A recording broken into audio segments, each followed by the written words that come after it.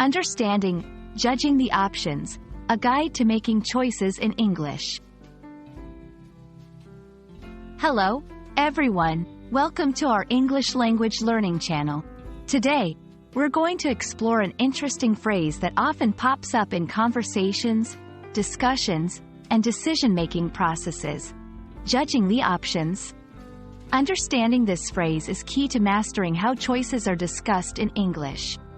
So, let's dive in and learn how to use this phrase effectively in your conversations. When we talk about judging the options, we're referring to the process of evaluating or considering different choices or alternatives before making a decision. It's about looking at the pros and cons of each option, comparing them, and then deciding which one is the best fit for a particular situation. This phrase is commonly used in both personal and professional contexts. Using judging the options correctly involves understanding its context.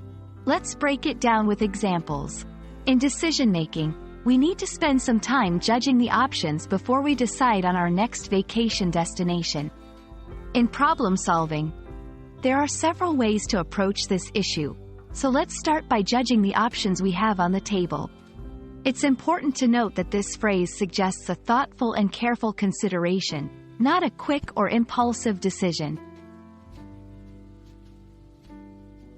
While judging the options is a useful phrase, there are others that can be used in similar contexts. Understanding these can enrich your English vocabulary. Weighing the options.